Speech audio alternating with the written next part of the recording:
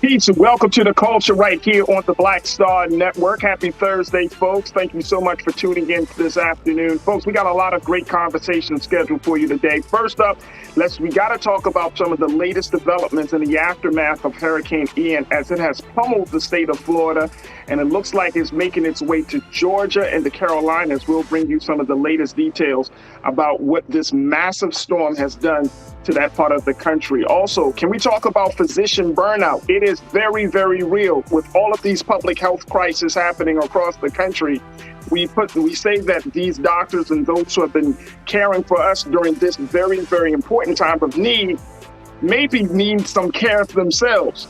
We're going to be checking in with Dr. Bridget Cole-Williams, the cannabis doctor, to talk about this phenomenon of how physicians and doctors are just simply saying, I'm done, I'm exhausted, and the implications that it can have on our health system. And then later, can we talk a little bit about what's happening and with the FDA, how they're looking to redefine the word healthy when it comes to food? I want to have a conversation with you and our culture crew member, Brother Sinedu Wakorfor, to talk to us about what we consider to be healthy food in America and so much more. So, folks, we got conversations lined up, and I got something for you for Transpost and Doing the Most. Stay with us. It's all happening on today's edition of The Culture right here on the Black Star Network. Let's go.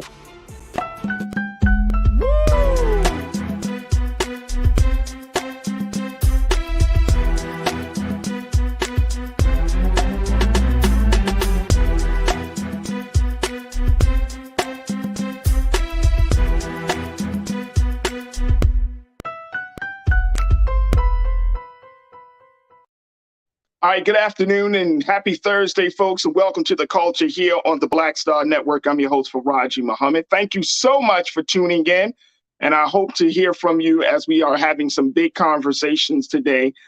Make sure y'all join us online to be a part of our online culture crew. That's always got some great stuff to say. That's always providing their insight and analysis. And this is our way of connecting with you to make sure that you have a voice in these discussions just as much as I do and as much as our guests do. So very, very excited to hear from you about what you have to say about these various topics.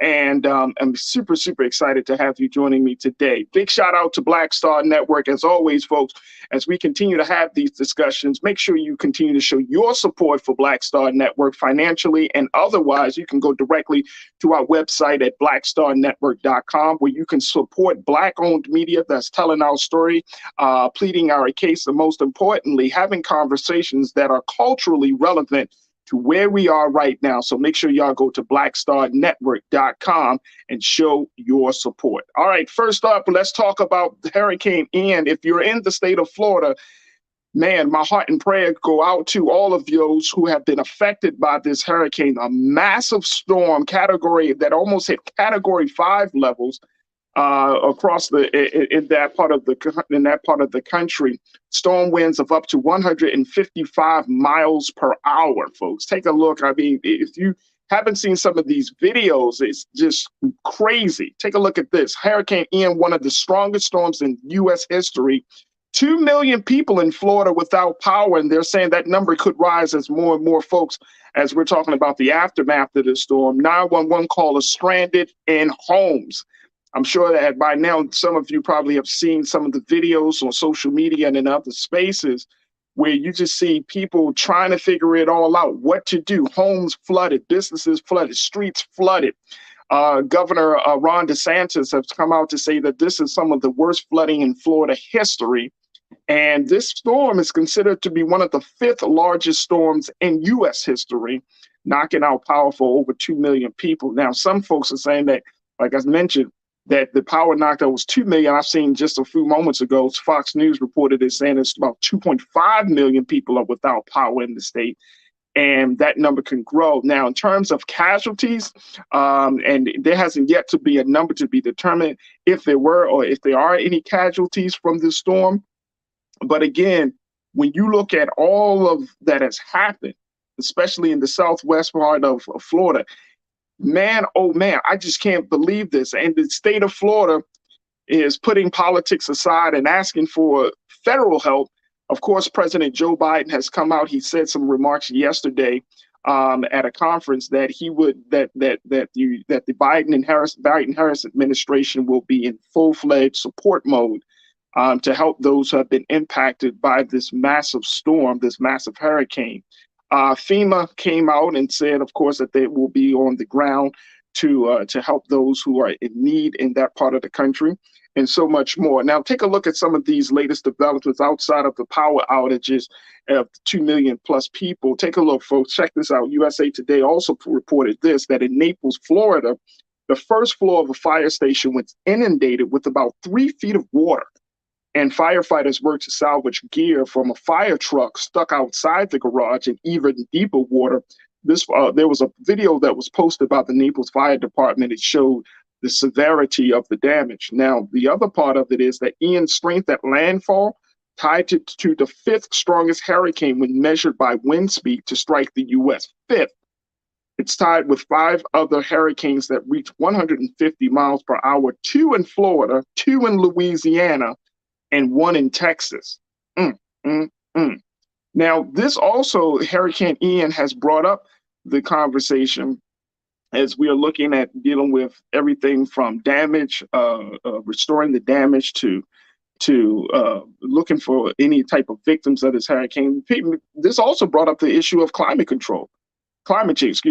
change, and how, you know, we're in a situation where we may start to see more of these high-powered storms because of where we are with the climate in this country. And so there is great concern about this. Here's the other place that is some concern about the upcoming states that that Ian is headed toward. And if you're in the state of Georgia, if you're in the state of South Carolina, this might be a huge concern for you. Now, they're saying that it has downgraded from a Category 4 storm to a tropical storm, but now it may get stronger again because of some of the elements in the atmosphere, that it may get back into a hurricane status.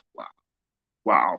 Let me share with you what's happening. The great concern there is in Georgia and South Carolina. Take a look. This came out of the New York Times as they reported on the storm. They said after Hurricane Ian barreled through Florida, moving offshore later Thursday, is expected to turn north and make a second landfall in South Carolina on Friday as a strong tropical storm close to hurricane strength. Heavy rainfall and storm surge were expected to produce flash, urban, and river flooding across parts of South Carolina, especially along the coast and southeastern Georgia on Friday and through the weekend. The National Weather Service has said the storm was then expected to weaken after moving farther inland across the Carolinas on Friday night and Saturday, according to the Weather Service. Now, the governors of Georgia, South Carolina, North Carolina, and Virginia declared states of emergency and urged residents to monitor forecasts and make contingency plans, such as having emergency kits ready. Strong wind gusts and heavy rainfall are expected to cause downed trees, power outages in Florida, according to the National Weather Service in Atlanta. So I want to just hear from you. Make sure that you post your comments on our YouTube page. Let's have a little quick chat about, you know, what you've experienced, especially if you're in those areas that have been affected by Hurricane Ian. Give us an update of where we are, you know, with you, your family, your neighbors, your community. If you are in Florida, if you know people in Florida, did you have a chance to check on? My mother-in-law lives in Florida, so I checked on her, and by the grace of the God, she's well.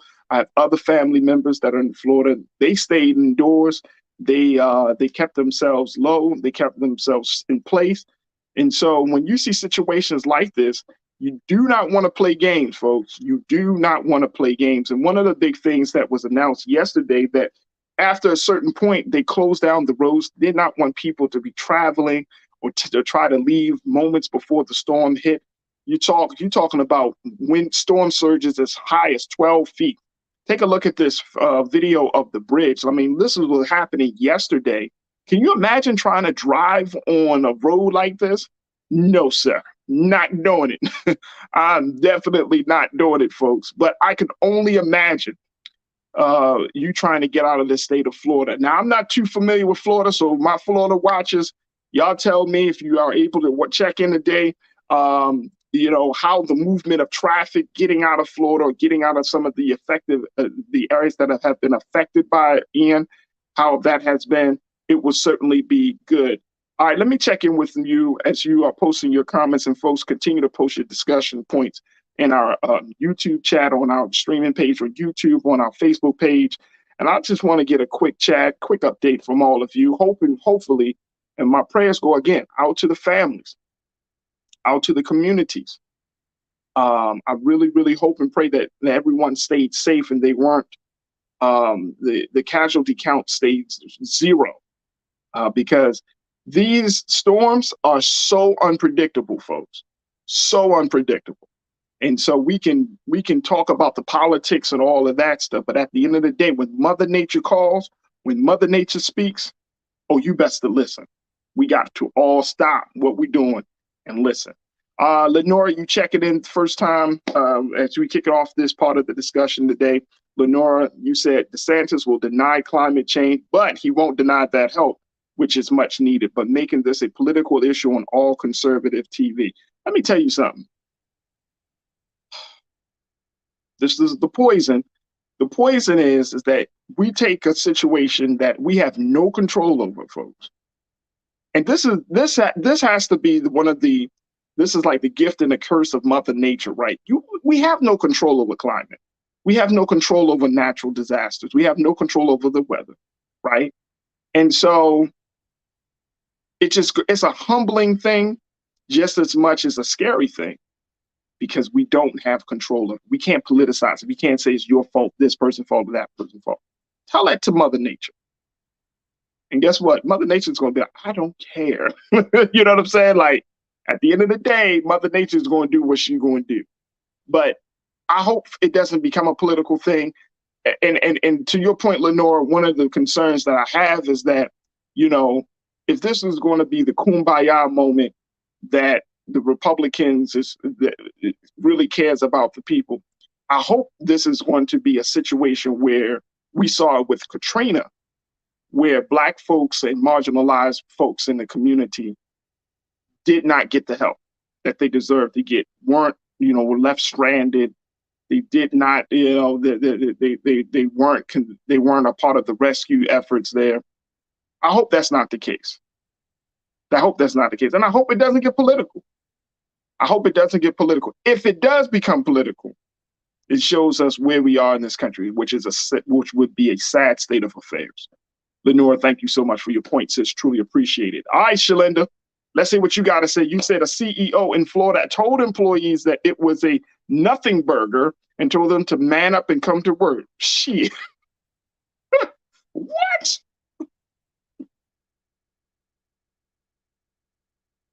Ooh. A nothing burger? Come to work. Please, you better be lucky you have a building. If you got a building. I don't know. Hey, Shalendi, tell me what part of Florida this CEO was had a business at. And I'll tell you, you still got a job come Friday. What? Craziness. Absolute madness. Wow. Conscious thought. Good to hear from you, bro. You said Mother Nature is never to be played with. How about that? How about that? How about, I'm telling you, this is the beauty of nature, right? You think you're in control of a situation until you come in contact with a force that you don't have no control over. That's when you realize, yeah, I'm a part of this I'm a small part of an ecosystem. Small part. Good point, Conscious Thought. Thank you so much. Brother Damon, you said Mother Nature is undefeated. Facts. We always say the internet. Nope, it's Mother Nature. It is absolutely Mother Nature. Corinna, good to see you, hear from you, sis. Thank you so much. You said, hey, Culture Crew. You said, I feel for the folks on the west coast of my state and grateful South Florida was spared. All right, good to hear that update. August just made 30 years since Andrew, and I'll never forget that storm. Oh my gosh, yeah. Corinna, you're right. It's been 30 years. Wow, I remember that storm. I remember, 30. Yeah, I was a little boy. Yeah, that storm, that would have been 92. Man, massive storm. Massive storm. You're right. And good. And I'm glad that South Florida was spared. I heard that there was some that people in Miami, Tampa. I was doing some reading, and people in Miami and Tampa were trying to pretty think I got some winds down there, some rain, but nothing as bad as some of the other parts of Florida. Corinna, thank you so much for that update. Rashida Guest, you just said nothing burger, just like 9/11 at the World Trade when the bosses told those people to go back upstairs. Please, please. We ain't gotta talk about that. This is very simple. I'm not doing that. Fire me. Fire me. David McNulty, you checked in and said, tell the CEO to go for a walk on the beach or off a long pier. How about that? How about tell him to walk down that little highway we just showed video of. Say, let's see if this is boy. Let me tell you, and then some of us, it's crazy, right? This is part of the culture, though. We look for some of us look for clips of weather people and reporters out there in the storm, reporting on the storm, getting hit by debris. I saw one video, man he was reporting for the National Weather Channel, and he's out there. I mean, the man is trying to do his job, right? Next thing you know, this big tree branch just comes across, pow, hit him knocks him straight off the feet. Boom, he gets down. He come right back. Yeah, Jim, I'm all right. It's windy out here. Like, bro, we know it's windy. Like, we know it's windy. The man in the studio said, hey, come on in. Just come back in. Don't even, we'll have a conversation. Get in. Cause you trying to do something impossible. You trying to be in a place that you shouldn't be, which is in a storm.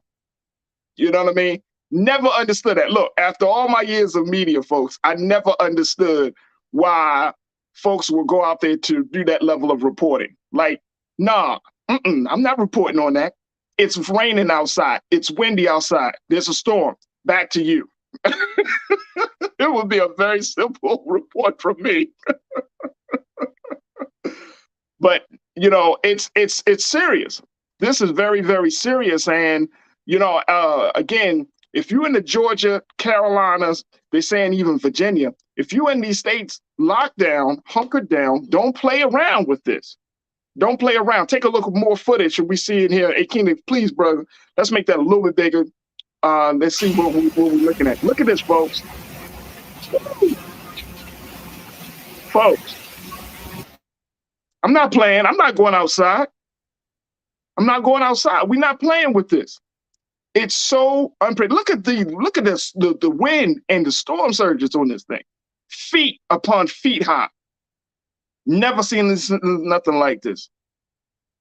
And I went there and I read that in some places in Florida, y'all get this and y'all tell me if I'm wrong, but I read this. There's some communities in Florida where the insurance, some folks just didn't have the homeowners insurance, renters insurance. They didn't have the insurance. So can you imagine you going through a major storm like this, a major natural disaster like this, and then you find out you don't have no homeowners, not covered. I mean, we're talking about millions upon millions, and it might even hit the $1 billion mark. It might even go that far, folks, for the state of Florida. We might be really looking at $1 billion at least. We don't know yet. This part of the conversation is a little bit premature because the storm is still out there, still hovering. But the amount of damage that was done as a result of this storm is going to be unimaginable. So many homes, so many businesses, so many people. And what do you do with all of that? It's going to be a great, great test for the Biden-Harris administration. All right. Tiana, you checked in and said, oh, I would have quit right there on the spot. They don't pay enough to get slapped by a tree. Come on. They don't pay enough. I don't care how much TV time you get me. I don't care how much TV time you give me. No, not going out there. So, when we look at some of the, I'm just taking a look here of just some of the other issues that we're seeing coming out of Hurricane Ian. And you can just go, again, talk to your family, talk to your friends. If you have folks in the in those areas, make sure that you do your due diligence to check up on it, to check on folks. If you want to get more information about the storm,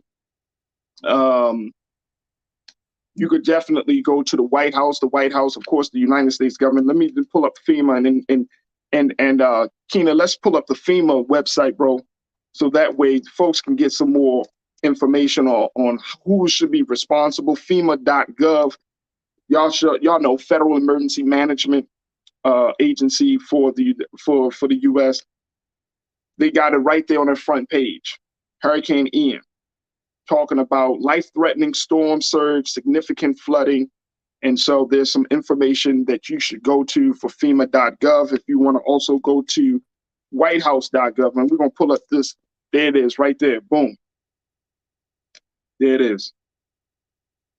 So that would be the source to get any information about what happening with the storm. If you are looking for some more details about which way the storm is going, you can check out the National Weather Service. And Keenan, let's bring that up as well, big bro. Weather.gov. That's the website for the National Weather Service. And they have a map of the affected areas of the storm. And you don't want to play it around. There's already a hurricane warnings issued for South Carolina. So you can see right there at the top, there's this warning for South Carolina. The storm is expected to re-strengthen into a hurricane before making another landfall along the coast of South Carolina. So there has been a hurricane warning that has been issued for the entire coast of South Carolina. Life-threatening storm surge, damaging hurricane force winds, and flooding is possible. Wow. So those are the two places, folks, that you want to look to get. These are government agencies. You want to make sure that you stay in tune with what's happening, the direction of the storm, the impact that it can make in the Carolinas and Georgia and other places. And most importantly, use the best of intelligence to stay safe. Check on your family and friends as always in those areas. And let's hope and pray for the best to get through this very, very trying time. All right, folks, we got to take a quick pause. When we come forward, let's talk about how physicians are burning out as a result of public health crisis that continue to plague the United States. We check in with Dr. Bridget Cole-Williams to give us her insight about what she's seeing inside of the industry and what can we do to make sure that our doctors don't say, I'm done. Stay with us. That conversation is coming up next right here on The Culture on the Black Star Network. We'll be right back.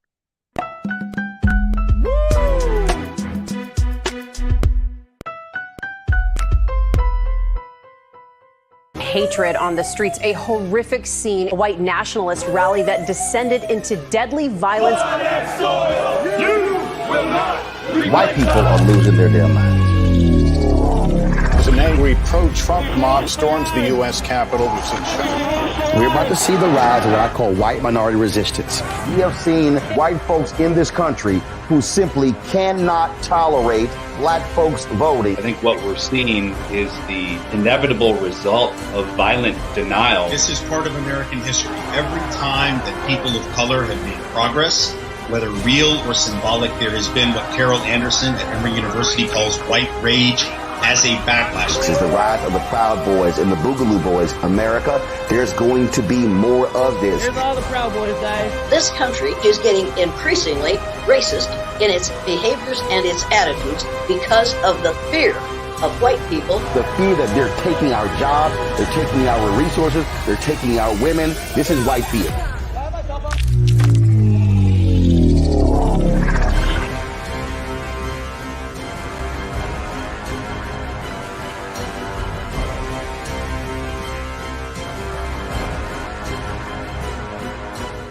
When we invest in ourselves, we all shine. Together, we are black beyond measure. When you talk about blackness and what happens in black culture, we're about covering these things that matter to us, speaking to our issues and concerns. This is a genuine people-powered movement. There's a lot of stuff that we're not getting. You get it, and you spread the word. We wish to plead our own cause to too long have others spoken for us. We cannot tell our own story if we can't pay for it. This is about covering us. Invest in Black-owned media. Your dollars matter. We don't have to keep asking them to cover our stuff. So please support us in what we do, folks. We want to hit 2,000 people, $50 this month, raise $100,000. We're behind 100,000, so we want to hit that. Y'all money makes this possible. Checks and money orders go to PO Box 57196, Washington, D.C. 20037-0196. The Cash App is $RM Unfiltered. PayPal is R Martin Unfiltered. Venmo is RM Unfiltered. Zelle is Roland at RolandSMartin.com.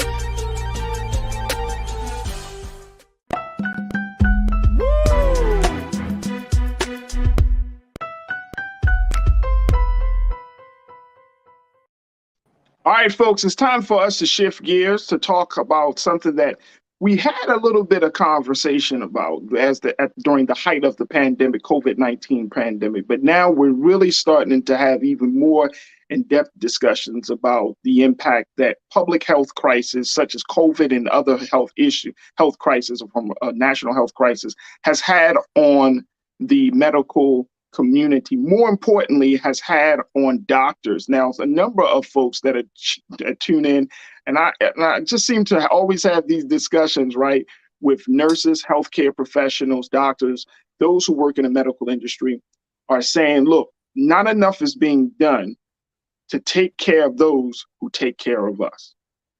I'm going to say that again. Not enough is being done to take care of those who take care of us. So today we wanted to look at a new survey that was just reported on, where it says this, and take a look at this, folks. This is talking about physician burnout being at has reached distressing level, according to a new research. They found this.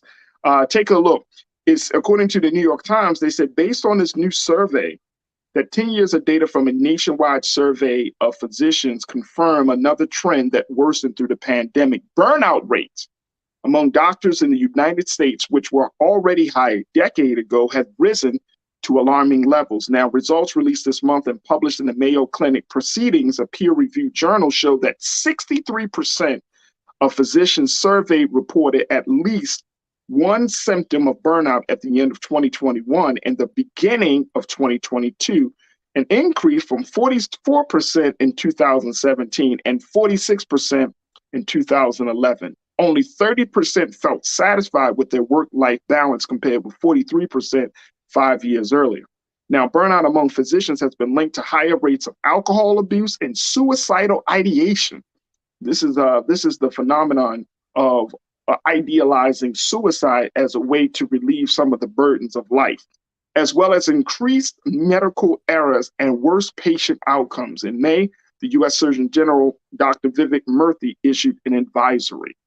All right, so we wanted to talk a little bit more about this, and so we are bringing back our system to give us some insight about what's really going on with doctors in the medical profession.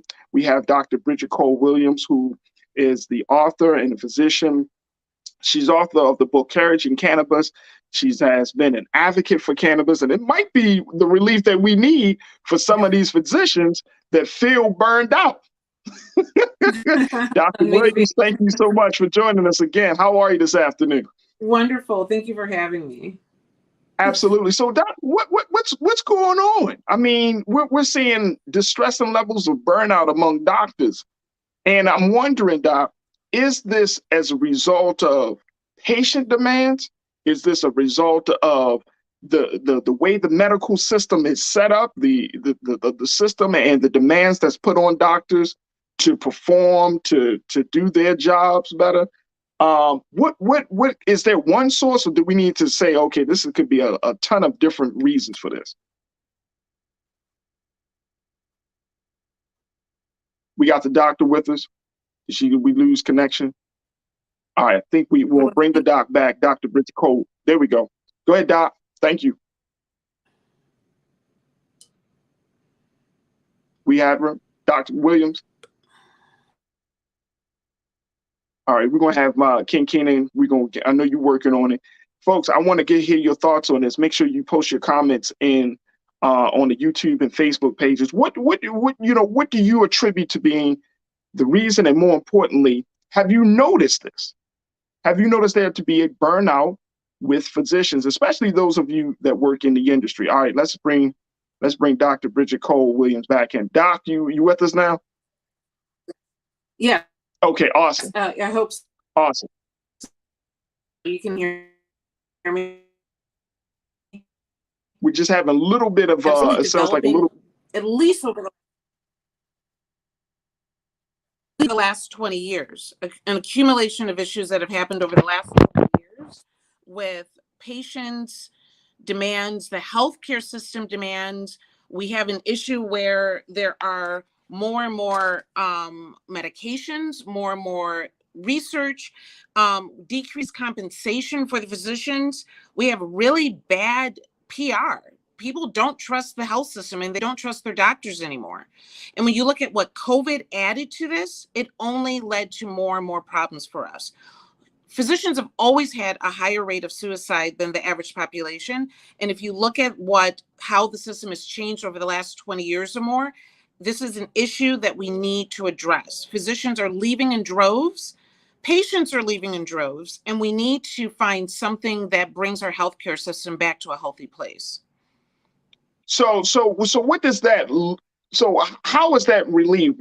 How do we relieve the burden on doctors? Because the last thing we need in this country is for doctors to go on strike, for doctors to walk out of hospitals, for doctors to say, "I'm done." Yeah. So what do we need to do? Is this? And I'm saying this from a community side. I don't think we can, quote unquote, control the powers that be in terms of the systemic side, but at least those of us who are the patients, those of us who depend on physicians to be their best so they can help us to be our best. What do we need to do? Absolutely. So I definitely, the best parts of my day have always been the patients that I connect with and that connect with me. And so when you have that friendly face that's willing to understand, to share what's going on with them and give the physician the time to actually get it done.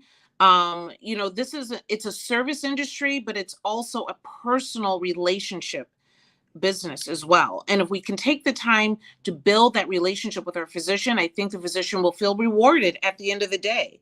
The fact of the matter is there's a bigger push to see patients faster and to see more in the day. So if I'm running through patients every 15 minutes, there's a new diagnosis and a new pill. And if you don't like the pill, I give you another one. We really have created a system that is a pharmaceutical industry and not a health industry, not a health system. You should know your doctor and your doctor should know you. And if you're not developing that relationship, that is part of the problem. And if we're saying that to be the case, what are hospitals doing on their side of this discussion? Are they making it? I mean, when we have talk about work life, for example, there are some companies, Doc, as you probably know, that will go extra lengths. They will probably, extend break times. They're 4-day work weeks. They start to say, okay, it looks like our workforce, our employees are suffering from A, B, and C, so this is what we're doing. Are we seeing that type of changes with hospitals and their relationship with doctors and physicians? I've definitely seen the attempt, and I would be wrong to say that there hasn't been some efforts, over the last probably 15 years or so, how residents are treated and the ability to give them some time off after being at the hospital awake for several hours. They have to take a certain amount of hours off, which is critical if you want less medical errors, right? There's definitely been issues as far as trying to get more coaching and support. I'm a health and wellness coach for other physicians. That's part of what I do because I wanted to help other doctors in this space. But I think there's more that needs to be done. And to be quite honest, when you said we don't want to see doctors walking out, we don't want to see them go on strike, the problem is, I think, is that physicians are not unionized. We don't have a central voice that really represents us as people, as humans that do this job to serve others. We had an opportunity maybe years ago to get that, but there's really not a voice that represents us as people and not just as a commodity. Wow, I did not know that doctors weren't unionized. I thought there was some association or some group where doctors, can can become organized and advocate for their interests and their needs? There's a lot of medical organizations that Okay. represent us as a commodity, that represent us as, providing medical information and saying that they're working on our behalf, but they don't really represent you as an individual in your workplace, as unions do, right? They make sure that the workplace is healthy for you. They make sure that you're not being taken advantage of. They make sure that wages are appropriate for the work that you're putting in. There's nothing like that for physicians. Right. But you're saying, like, in the terms of the union, like what we see with, the SEIU, with we're seeing in some of the, dealing with some of the other industries, there isn't a centralized space for doctors. Not at all. And so, Doc, when let's talk a little bit about the impact of this. I mean, this is on this research was done based on the whole industry, but let's talk about Black doctors like yourself and other Black doctors. It's only a small number of you, right? that is in these medical spaces. So how are Black doctors handling all of the changes, whether it's coming from the public health side of like the COVID-19 to even the institutional racism side that we see that Black doctors like yourself and others still have to combat each and every day? What is the level of burnout? And before you answer this question, I want to throw this other quote up there because I want to give people a better understanding of what this means to have burnout. Take a look at this, folks. Burnout, now, according to, now, I'm just going to try to read through this very quickly. According to the idea of burnout has become ubiquitous. The condition has a definition in medical literature. According to, let me see here. Yeah, the Maslow Burnout Inventory, first published in 1981, measures burnout on 3 dimensions: emotional exhaustion, depersonalization from work, and sense of personal accomplishment. I'm going to go through that again. Emotional exhaustion, depersonalization from work, and sense of personal accomplishment. In 2019, the National Academy of Medicine released a 312-page report on physician burnout, carefully laying out the current understanding of the issue and steps that people in the medical profession could take to address it. Dr. Shanafeld, who helped write the report, said that evidence suggested that many doctors' dissatisfaction with their work could be caused by an incongruence between what they cared about and what they were incentivized to do by the health care system. Wow. Yeah.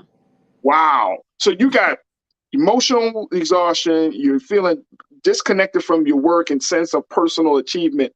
And then to add to that, you're in a moral dilemma, it sounds like, Dr. Cole. Dr. Bridget, you're in a moral dilemma between what you think is important, what you should be caring about, versus what the system said, no, what we need to care about is the bottom line. I'm watching the show The Resident right now. My wife and I have been binge watching the show The Resident. And this just opens my eyes to the business of care. Absolutely. And it's just like when you see it, and of course this is Hollywood and I get that part, but it doesn't seem like it's a far cry from what's actually happening when you're talking about, well, we're not going to take new patients, we're not going to do these procedures. No, let's have testing for new medical products happening in some of these hospitals. Let's think about the bottom line of expanding the hospital and not improving services. Like all these conversations, and I'm thinking to myself, like, damn, this is very, very real. Can you help us get some better understanding of that as we're talking about Black doctors? Absolutely. So for many of us as Black men and women that wanted to become physicians, we wanted to help others. We wanted to help our community. We've seen things happen with our family members. We've seen things that happen with us personally, and we want to do better. For me, my father had colon cancer growing up, and that group of physicians would come in their white coats. They wouldn't acknowledge me or my mom, my brother. They wouldn't even acknowledge my father, who was an incredible, intelligent and dynamic man. They would talk amongst themselves, walk out, until the next group that would come in. And as a kid, I said, I know I can do that better. So I got into medicine because I cared about people and I wanted to give our people integrity. and to see them and take care of them in a way that they felt respected. The fact of the matter is, when you're dealing with 15-minute visits, when you're dealing with the bottom line, when you're dealing with more pharmaceuticals, and what the criteria is to maintain your job, then you start to detach. You start to lose focus. Many of us wanted the art of medicine. No one even talks about that anymore.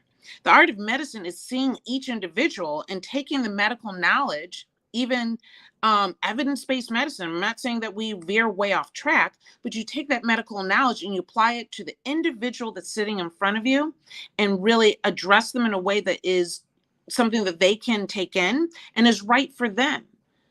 When you're doing quick visits and you have a bottom line and you're just trying to keep your job, it's hard to perform art. Wow. So Doc, given the fact that we are finding ourselves in this space, is there a call or is there some discussion about, going or creating some type of alternative way to administer, to help, to care for people? I mean, it seems to me, and I could be really wrong on this, that the way the healthcare system is in this country and the impact that it has on its doctors, we're all losing. We're falling apart under this system. Yes. And so I'm wondering, is this going to lead to some tipping point where doctors are going to create some internal revolution to push for alternative ways for us to provide care? So I would love, I don't think it's happening in the moment. I hope for that. What I think you see is physicians leaving and going into taking their MD and their DO degree and becoming functional medicine and integrating neuropathic medicine, becoming business owners again, which was a big part of being a physician, 100 years ago, that we are leaving and finding more holistic options that give us more ability to perform medicine the way that we would like to do it, that we are seeing patients and seeing them in a new light. And those patients are gravitating towards that, getting out from under the insurance companies and having fee for service, simply because it's more actually affordable many times for the patient. You're not paying this regular fee that you never use, right? Yeah. And they're seeing patients in a way that is satisfying for the physician as well as for the patient. So I would love some sort of revolution so that we can stay within the healthcare system. But the underground revolution that I'm seeing is physicians walking away, even partially. I still do regular family medicine, but it's probably only 10, maybe 20% of what I do, because I found treating patients the way that they asked me to treat them through cannabis is what they were looking for. So you're saying that now, with the cannabis industry growing, with there more talk about cannabis, that might be the alternative then, because that it's like an underground current right now for us to have, we might have to look at this form of dealing with some of the problems. That's interesting. Mm-hmm. I suspect that when legalization happens and that there can be better compensation for physicians being in the cannabis space, so that they're able to possibly use insurance with patients or being able to integrate this in a more natural way, then you'll see more physicians actually kind of taking off their blinders and taking this on. But in the meantime, you need to have physicians there to do the job. And if we don't correct something now, there won't be the physician there to see these patients. I will say, keep in mind and think back that, the physicians that I saw or the experience that I had with my dad made me want to treat people and help. What are the kids now when they go and see a doctor that doesn't even look them in the eye? They're staring at the computer screen, right? They're not creating a relationship with the family, that they're not having an opportunity to be inspired by that doctor because the doctor is distressed, burned out, tired, cynical, and just moving every 10 minutes to the next patient. What type of new physicians are we creating? Because we're not inspiring a new generation of physicians that will care about patients. Yeah, that's a great question. And you know what? I would think that that type of care, for lack of a better word, would lead to a lot of misdiagnosis. You know, that lack of relationship building will lead to doctors missing certain things. It will lead to, you know, patients feeling like they're not in a safe space to fully disclose what's happening with them. And so people are going to be affected by that. You know what I mean? Patients are not going to be cared for. We may not see any innovation in medicine because as a result of that, I think it creates like this domino effect. That's what I'm thinking right now. Mm-hmm. Absolutely. Absolutely. That if we cannot feel cared for, it's hard to give care. When you are working from an empty bucket, how do you help others? Dr. Bridget Cole Williams, let me do this, sis. Doc, I'm telling you, I think that's the place. I feel like the culture, we're slowly getting to a place where we are caring for each other, but most importantly, we're starting to care more about ourselves in relationship to the work. There are certain professions, though, that I truly believe that serve as like the pillars of any civilized society. You have your teachers, which we need to care for. We have our doctors. We have lawyers, of course, you know, those who run government, but you got to put in the medical industry. You got to put in those medical professionals. You got to make sure that they are cared for. And it is unfortunate that in those pillars, in each one of those industries, we see some of the greatest injustice or lack of care, right? But these are the people that hold a civilized society in a good place. Yeah, and keep in mind that when you look at this, that the culture needs to change, because with each one of those specialties that you mentioned, there's a culture of the more you suffer, you get a bigger badge of honor, right? The less sleep you get, the more you push, the more you neglect your family, the more you do, the more you work. That's who gets the badge of honor, not the one with the balanced life. We have to change our culture and how we see wellness, period. And I would rather be a symbol of wellness and balance for my patients, so they would say, you know what, she's doing it, I'm going to do it too. Instead of being broken down, how can I influence my patient when I'm so broken and I'm trying to tell them to do better? How do I do that? You can't. And that's what we're looking at. No, you can't. Yeah. Let's and not I think that's so important. I'm so happy you mentioned that. You can't. Yeah. You know, when you're talking about that level of wellness, right? And I have seen doctors, and I'm not expecting doctors to be perfect, right? Like, I understand we're all human, so I'm not expecting you to be perfect. But if you're looking more unhealthy than me, come on, doc. I mean, seriously. If I look in your face and I don't see life in those eyes, I don't see some level of radiance glowing from your skin. If I don't feel like you, if I feel like you tired, then I'm like, what am I doing? You know what I mean? Like, are you okay, doc? You want to sit down? Look, I'm not a hard guy to get along with, so you can have a moment. We'll talk about my problems, but it looks like you got a lot on your mind. So you might want to just take a break, take a moment, And one of the things, like I take my children to the pediatricians and we talk.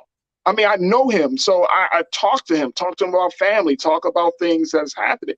And I can just literally see, Doc, where when I talk to this man, it's like he gets to just 5 minutes just to kind of relieve just some burden, you know what I mean? And we laughing and we talking and we sharing and we building the relationship. And I'm like, it's okay. Like I'm telling the doctor, it's okay. That's where we are. And God bless you for being that person, because you're adding a little light to that man's life. Yeah. And when you talk about the cannabis industry, right? And I know that there are bigger conversations, but I haven't really heard about those doctors who are advocating for cannabis to be used as part of our medical, medical treatments and medical plans in this country in mass. Like talk to us. What would be the benefit of this industry or the benefit of cannabis to as we're looking at a system and looking at a phenomenon of doctor burnout, physician burnout? How would cannabis help in a situation like this? The thing is that cannabis can help eliminate some medications for your patient. So you would be doing the work of helping patients get off of some meds as opposed to adding another. And that, for me, was one of the most rewarding parts of when I was working directly in a large health system, that I was helping patients get off of their medications. And that's why I do cannabis today. I help patients every day eliminate some of their medications. It also can be incredibly empowering for their patient, for the patient.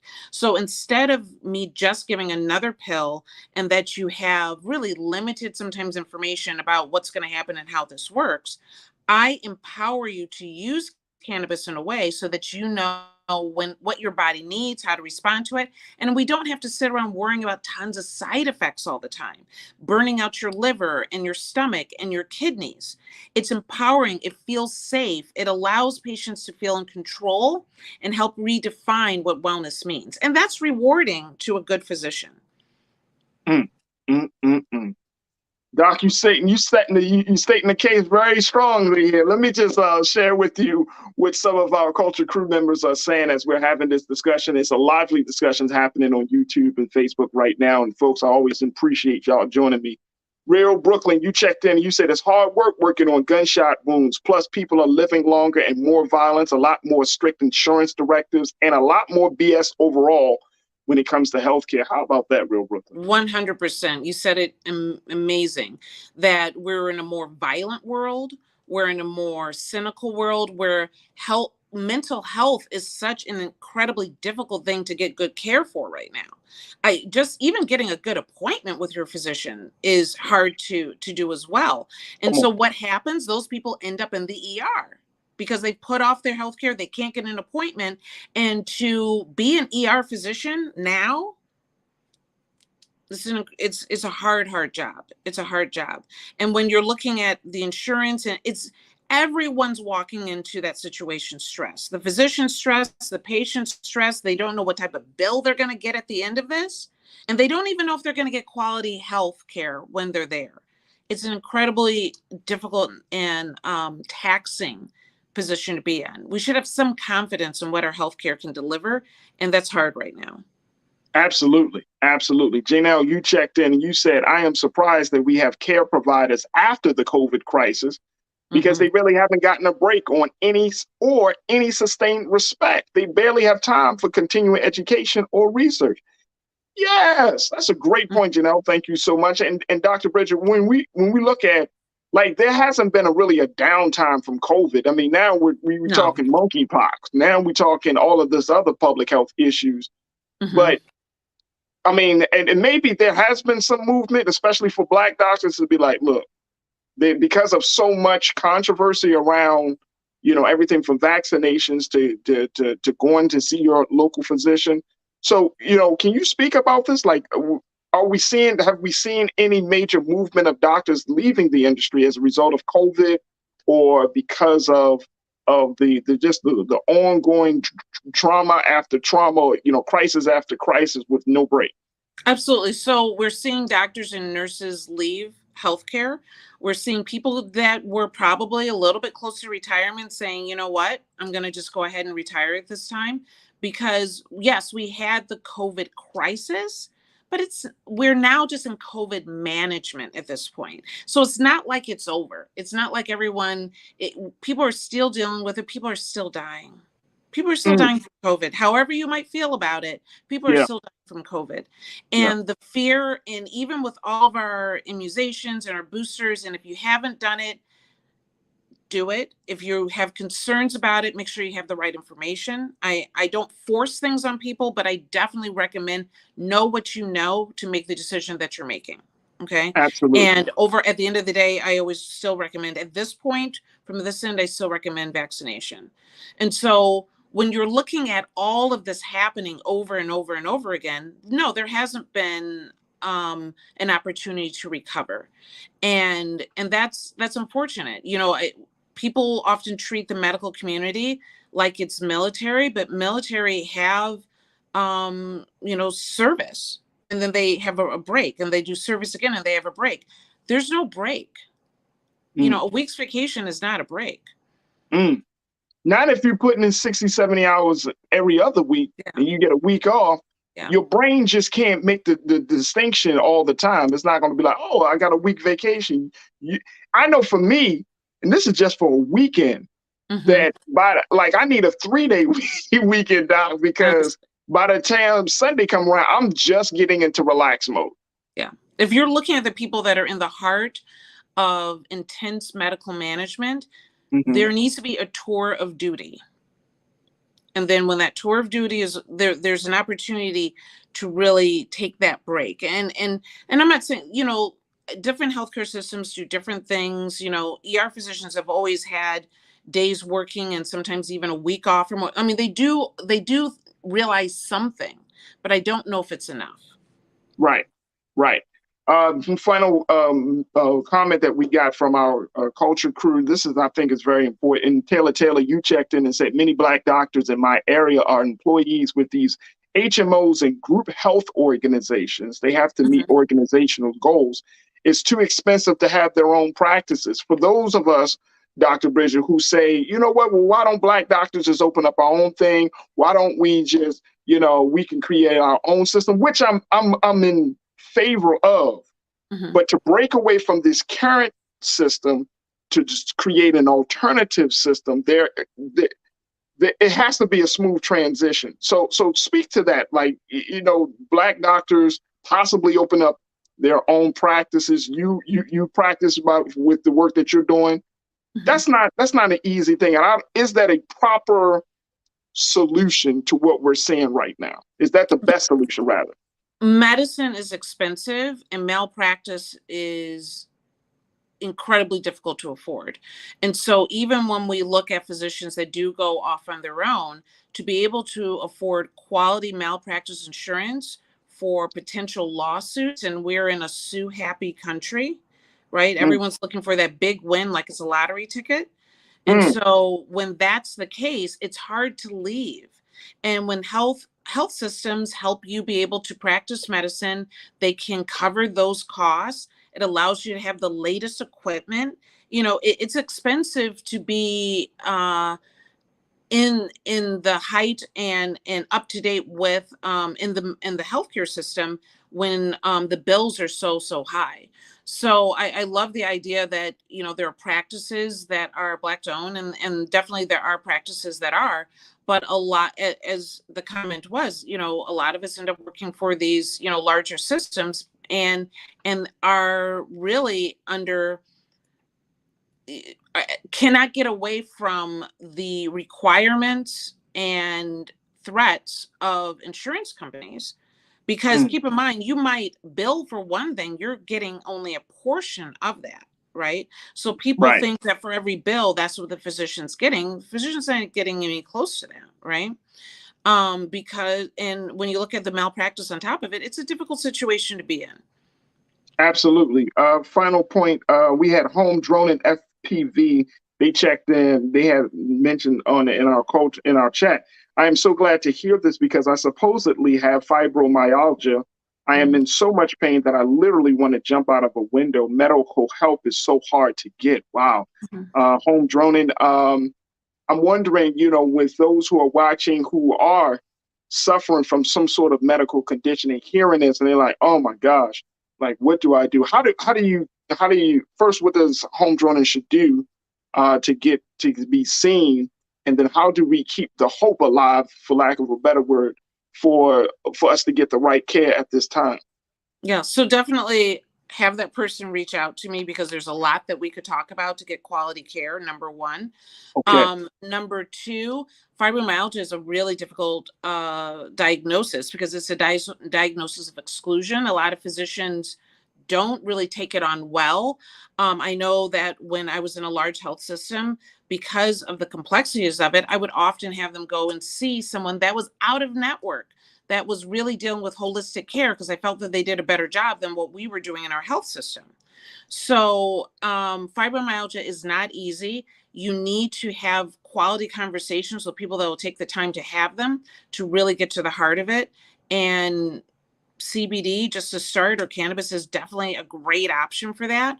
But if you are not satisfied with your healthcare, if you feel, because you know your body much better than I do, I don't care what knowledge I have, you live in it. If you feel that you're not being heard, you're not being seen, you're not getting the quality care that makes you feel better, that's the idea, not feel worse, then you need to reach out and find other resources, go out, do some holistic care, find other traditional doctors that are willing to hear your story, because quality healthcare is available. It's unfortunately, you just have to work hard to get it. Absolutely. Hey, Doc, I'm gonna have to keep on bringing you back on. You know that. No, I always love talking to you. Always. We really appreciate you. And, I think the conversation about the use of cannabis is so fascinating to me. So that's why I'm like, giving you an opportunity and a space to always talk about it, because it's so stigmatized, and I think a lot of people don't have the right information, and I think it's interesting. So for us to present all of the facts and the factors that we need to consider as we have these conversations about medical care in this country. Dr. Bridget Cole-Williams, her book is Courage in Cannabis, but more importantly, they can take a look at this book, folks. This is the book that she has written, but she's a health and wellness specialist, and she is a strong voice right here on The Culture. Dr. Bridget Cole-Williams, thank you again for being with us today. Absolutely. Thank you. I appreciate you. Absolutely. Absolutely. All right, folks, we got to take a quick pause. When we come forward, let's have a conversation about health and wellness. But let me share with you what the latest word is coming from the Food and Drug Administration about how they're looking to redefine the word healthy in our foods. We'll have that discussion up next. And then later, we're going to talk about how you can be courageous in your life in different ways. We'll be checking in with some authors about a new book that you definitely don't want to miss out on. So stay with us. A lot coming at you in the second hour of The Culture right here on the Black Star Network.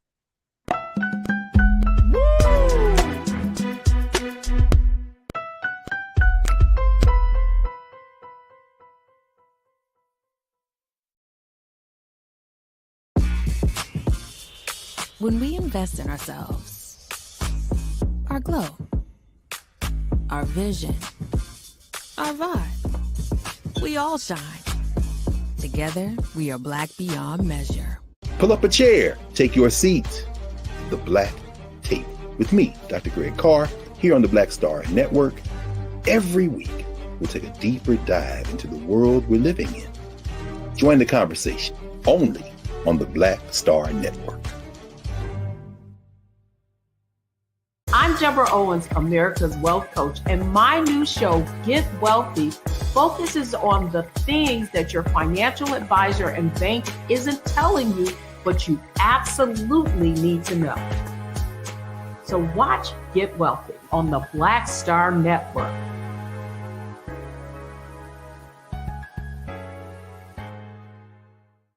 Hi, I'm Dr. Jackie Hood Martin, and I have a question for you. Ever feel as if your life is teetering and the weight and pressure of the world is consistently on your shoulders? Well, let me tell you, living a balanced life isn't easy. Join me each Tuesday on Black Star Network for A Balanced Life with Dr. Jackie. We'll laugh together, cry together, pull ourselves together, and cheer each other on. So join me for new shows each Tuesday on Black Star Network, A Balanced Life with Dr. Jackie.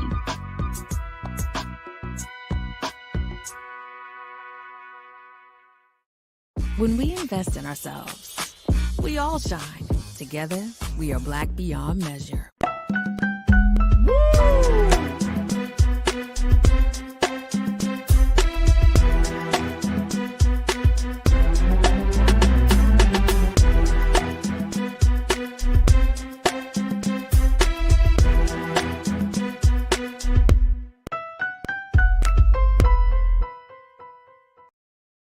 folks, welcome back to the second hour of The Culture right here on the Black Star Network. Thank you so much for tuning in. Big shout out to Dr. Bridget Cole-Williams who checked in to give us some insight about the physician burnout phenomenon that we're seeing happening across the country. Very, very powerful discussion. We're certainly not going to just drop the ball on that part of the discussion. We really do need to take care of people that take care of us, right? And listening to Dr. Bridget just continues to open my eyes that there's so much that needs to be done. So much that needs to be done. And all of us, absolutely, when I say all of us, I'm talking about all of us are affected by the medical and healthcare system of this country. And the last thing I need is the doctor to not be doing their best, to not showing up to be their best, to not showing up to ready and to help and to heal all of us as much as we can. So this physician burnout is so important that we just continue to have the conversation on. And I'm really thankful that Dr. Bridget Cole-Williams took some time out of her schedule to be with us today. And I hope you enjoyed that segment as well.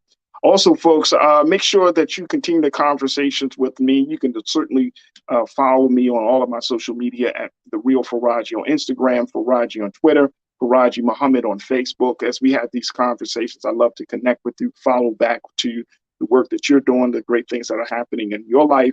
And let's continue to have these discussions, man. It is so important. And I'm always so grateful to have this platform to discuss these things with you, to tune in each and every day so I can share what I'm learning and when I'm learning, what I'm seeing, and for us to have a dialogue. So again, make sure y'all follow me on The Real Farajii on Instagram, Farajii on Twitter, and Farajii Muhammad on Facebook. Now, I wanted to bring up another subject that I think that you should at least be informed about, which is what the FDA is using. Now,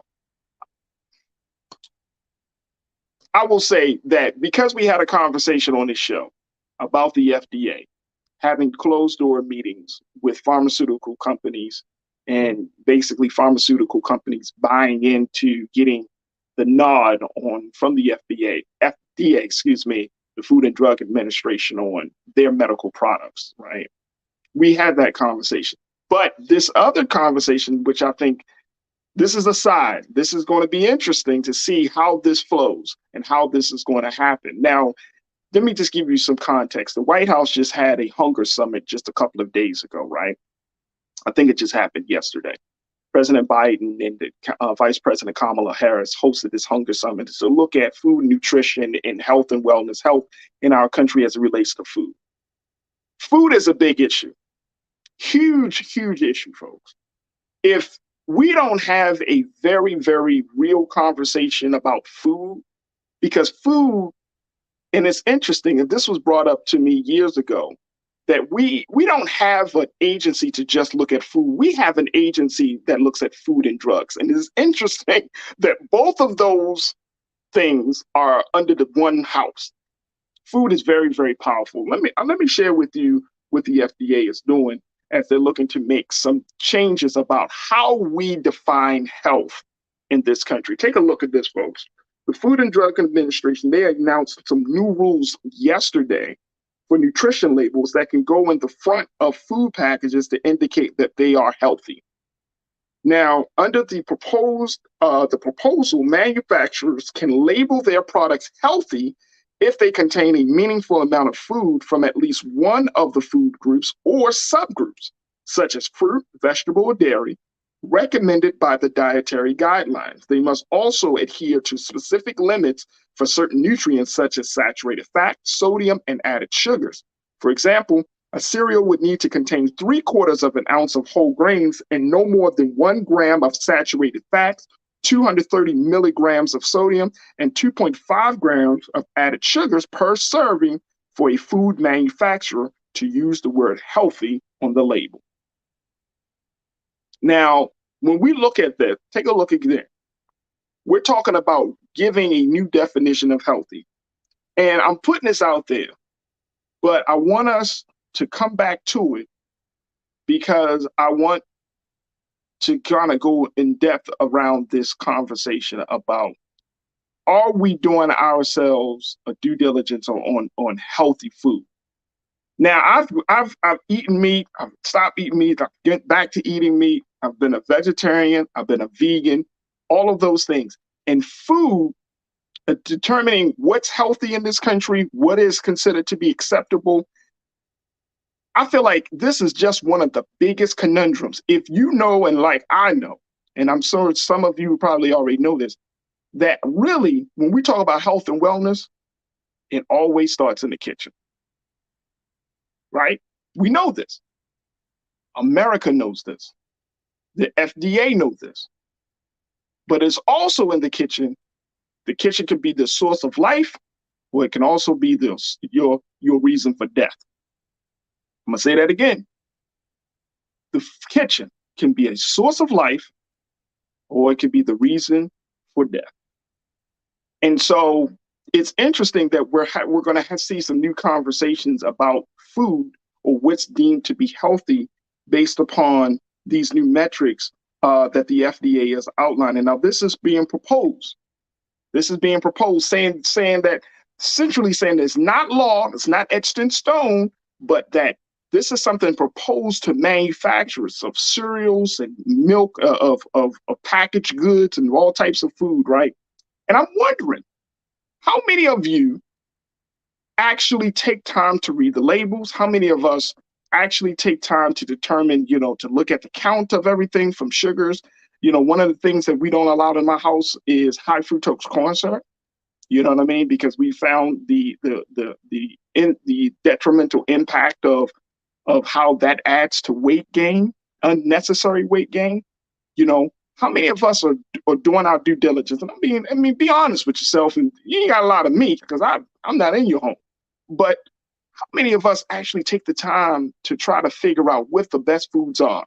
And I get it, folks. When you're already always on the run, especially if you have children, you move from here to there to get out of school. You don't have time to cook those homegrown meals. You start running to the fast food joint. You start running to the places. I get it. Trust and believe. I understand it. I've been there. I get it. So it's always an ever, it's like one of these processes where you're always trying to make it work. But there is something that I think that we need to say, to stop and to reflect on: what are we putting into our bodies? What are we seeing based upon government standards? And more importantly, what's going to be the impact on all of us, right, when we talk about health and wellness? Now, I read another piece. It didn't say it in this particular article, but I think it came from CNN when I saw this, that they said that out of all the foods that we see on our shelves, that only 5% of the food actually label itself as being quote unquote healthy. 5%. You know what I mean? Like when you see that term, that label of healthy, but they brought up this point in this article on CNN that you can see you can look at a box of cereal, your favorite sugary box of cereal. It might meet the same metrics.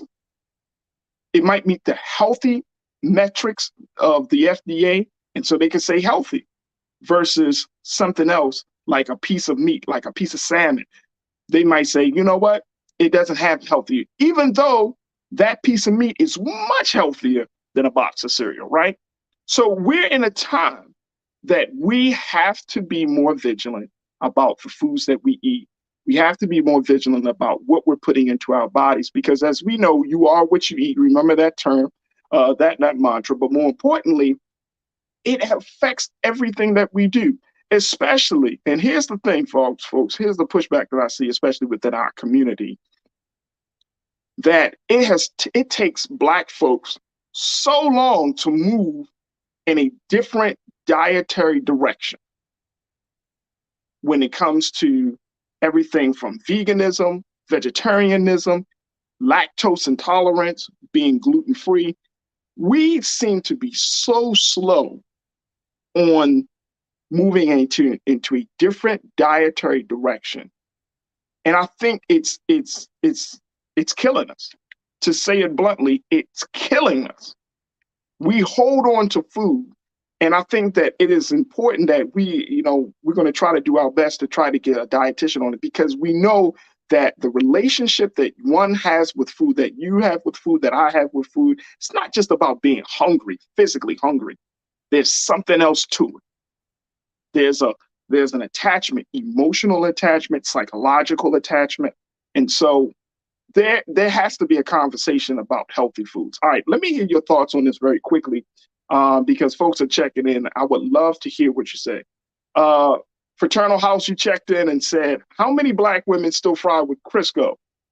I'm not even going to put that on Black women, because that's how many brothers, how many Black people still fry with Crisco. I remember growing up eating King syrup. Y'all remember that? I don't know if y'all remember that, but in Baltimore, King syrup was king. That thick molasses that was like high fructose corn syrup, putting it on pancakes, putting it on your waffles. You know what I'm saying? And when I think back on that, that was not good. It just wasn't good. It tastes good at the time. But I'm saying, to the health and wellness, when you think about obesity, when you think about digestive issues, when you think about overall energy, that wasn't good. So we gotta, and look, and I get it, because part of the thing around food for us is that if you start taking away people's food choices, you setting yourself up for a battle. People are willing to throw blows for some ribs. That's the reality, folks. That's the place we're in. And I'm laughing because I've had many conversations about my diet that people felt offended. Oh man, you eat like that? Couldn't eat like you. Okay, brother, that's all. Man, please. Ain't nobody taking away. No problem. No problem. Taylor, you checked in. How many of us actually eat a serving size on the pack? Look, let me tell you, Taylor. I remember I did a little experiment. When you actually do a actual serving size that's prescribed on the packages, now this is FDA. The FDA, they put out these guidelines and put out these policies. They, like I said, like they're trying to, redefine healthy, and they're telling manufacturers, and manufacturers are, okay, fine, we want to adhere to these guidelines, so we're going to put these prescribed servings on it. Because they tell you the servings, like a bag of chips, right? The chips, if you say, 15 chips equals this many calories versus the whole bag is 400 plus calories, right? That's what it is. Because guess what? Just as much, and here's the part, Taylor, that you may not already know, but the psychological side of it is, yes, they tell us the serving size, but guess what? They make us want more than just the serving size, right? Like when you're looking at a commercial for food, they might say, okay, your serving sizes are 2 slices of pizza. But if you see a pizza commercial and they're showing you the pizza all gooey and all hot and cheesy, and you're like, man, I'm getting 3-4 slices in one sitting. That's in the morning. And then, so psychologically, there's a lot that we have to kind of work through. Taylor, good to hear from you. Thank you so much. Janine L, hey, y'all. Janine, you checked in and say, also, you can't talk about this topic without asking yourself, why is Bill Gates buying up foreign line? Ooh.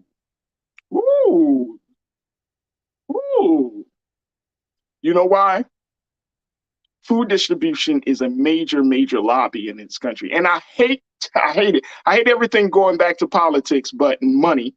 But this is America. This is what happens. So yes, that has to be a part of the conversation, Janine. Absolutely.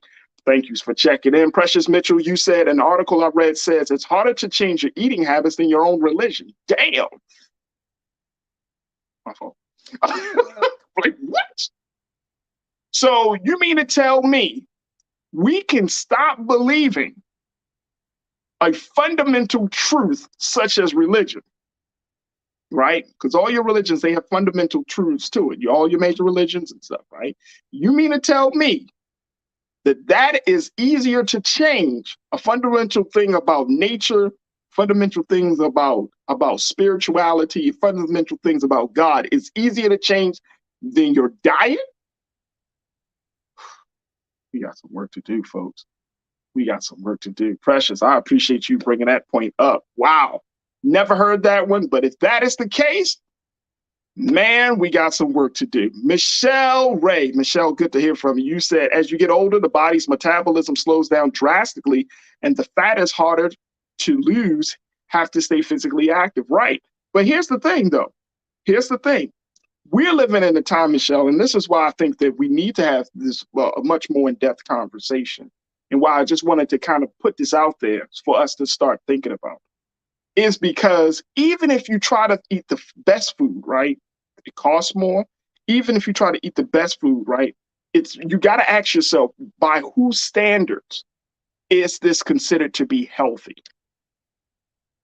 This is why we're having this discussion, because if the FDA says that a sugary box of cereal meets the standard of healthy based upon the contents and the metrics of sodium and sugar and all of those things, right? But if you eat a box of your favorite sugary cereal, that's not going to lead you, that's not going to empower your body to be your best. If you know that, then that's why we have to ask this question, by whose standards are we defining our health? Not to say we should push back. Maybe we should push back on once the FDA decides, or once a decision is made on whether, the new definition of healthy is accepted.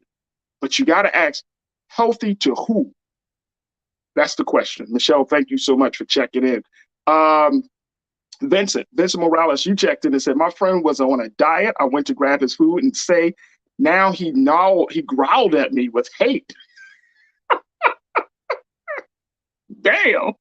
Don't touch the wife's food, Vincent. Come on, bro. Can't do that, sir. Oh, man, you can't do that at all. No, sir. No, sir. I'm telling you, food is, you know how they often talk about in the scriptures, when they talk about the idols, you know what I'm saying? Like idols, you cannot, food has become a huge idol for people. Like, like you're going back to that religious piece, like you can change gods, you can change beliefs, but don't change my diet. It's an idol. We take that very personally. Even though, here's the crazy part, even though logically we may love something that we know that is not in the best interest of our health and well-being, it's so hard to give up because it satisfies, it satiates the pleasure part of ourselves, right? Like when you eat a good piece of chocolate cake, or when you eat your favorite foods, it ain't just about filling your stomach up. It does something to your brain. Your brain is like, we will never leave this piece. Okay. You know what I'm saying? We will fight for this cake. Sophia checked in. You said, I would also say people who may be a veteran that's been overseas would change their diet habits. Lord, my first overseas duty station, Aviano, Italy, I dreamed I was at the drive-thru at Rudy's Chicken. Damn. Rudy's Chicken must be bussing. You in Italy thinking about some chicken. I'm a foodie, so I get it. I get it. Janae, thank you so much, Sophia. Janae, you said, yes, they say sugar is more addictive than crack, so I believe we need to decolonize our tongues to alter our taste buds fast once in a while. Facts. Look, I get more pushback on eating different diet than on anything else. You know what I'm saying? Like people like, oh, okay, you believe this way? Oh, okay, you live in this way? Oh, okay, you eat what? What? Black folks, we love to be like, man, I don't eat that. And let me just tell you, if you are working in the restaurant industry, working in the food industry, look, let me tell y'all something. To shift gears on gluten-free, vegan, vegetarian, lactose, it's not that big of a deal. I mean, it's not going to cost you that much. You're going to get that money in return with a little switch of the type of flour that you use, or the type of milk that you use, or anything like that, type of cheese that you use, right? That little investment and that little change, you're going to reap the benefits, because Black folks, and I'm saying this, folks, I think Black people in our country, we are opening the eyes to the importance of health, proper eating, better diets. I think we're all getting to a better place with this, right? I really do. But we in our community, we have to not be so resistant to offer something to accommodate these different dietary needs that we have. All right. And you're right. Sugar is like crack. Charlene, thank you for checking in. Charlene Frazier, you said some foods and tastes are addictive. Self-discipline is a power player in eating right to stay healthy. Facts. Ain't that the truth? Isn't that the truth? Oh my gosh, yes. But you gotta, again, it's about changing our palate. It's about opening ourselves up. You can't eat fast food all day. Y'all know, come on, man. Y'all, we grown folks here. You know the fast food stuff don't do well on your stomach. Stop it. Stop it. Y'all know it. You know them fast food joints, you probably be like, you tell yourself, you try to trick your own self thinking that it's not affecting you. It affects you. I'm tired of lying to myself. No, dog, it affects me. I can't eat certain food. I can't go to this place. It affects me. At this point, we're trying to stay healthy. I'm not trying to be broke down because of a burger or because of some tacos or because, no. And where you get your food says a lot. If the place is not clean, if they don't value changing gloves, cleaning the utensils, cleaning the space, what are we going to do? What are we going to do? We can't keep eating this madness. We can't get even. So I wanted to just bring this up to look at this. And the FDA in this piece that the Washington Post posted, I'm going to just throw this up there very quickly, then we're going to take another quick pause. The FDA brought the writer of this article add this question. They said, but what constitutes healthy food is a thorny topic among nutrition experts. With foods high in what many nutrition scientists call good fats, such as those that contain almonds or avocados, be deemed unhealthy, whereas artificially sweetened fruit snacks or reduced fat sugary yogurts might be considered healthy. See, that's the time that we're living in today, folks. Things that you would think would be healthy might be deemed unhealthy, and the things that you would think unhealthy might be deemed healthy based upon someone else's standard of what health is. We got to have a much more deeper conversation, but I'm just letting you know there is a conversation that's happening in Washington right now to determine what is healthy, what is not healthy, and what's nutritious and what's not nutritious. And at this point in our culture and in our consciousness and knowledge, we have to say, am I going to accept somebody else's standard, or I'm going to reject it and do what I think is best? Good guidance. And that's based upon good guidance. All right, folks, we got to take a quick pause. When we come forward, let's talk a little bit about how we can be much more courageous and having uncomfortable conversations about racism. We're going to be checking in with two women who wrote a book called Courageous Discomfort. We're going to be checking in with Shatira McBride and Rosalind Wiseman to talk to us about their new book. Stay with us. That discussion is up next here on The Culture, right here on the Black Star Network.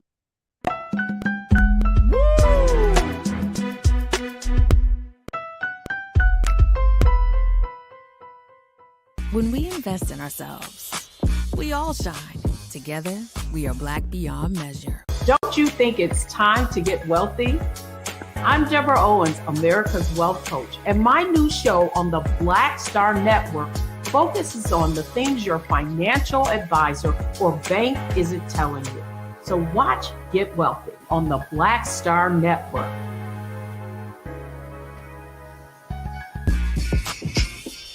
When we invest in ourselves, our glow, our vision, our vibe, we all shine. Together, we are black beyond measure. When you talk about blackness and what happens in black culture, we're about covering these things that matter to us, speaking to our issues and concerns. This is a genuine people-powered movement. There's a lot of stuff that we're not getting. You get it, and you spread the word. We wish to plead our own cause Too long have others spoken for us. We cannot tell our own story if we can't pay for it. This is about covering us. Invest in Black-owned media. Your dollars matter. We don't have to keep asking them to cover our stuff. So please support us in what we do, folks. We want to hit 2,000 people, $50 this month, raise $100,000. We're behind 100,000, so we want to hit that. Y'all money makes this possible. Check some money orders. Go to P.O. Box 57196, Washington, D.C. 20037-0196. The Cash App is $RM Unfiltered. PayPal is R Martin Unfiltered. Venmo is RM Unfiltered. Zelle is roland@rolandsmartin.com.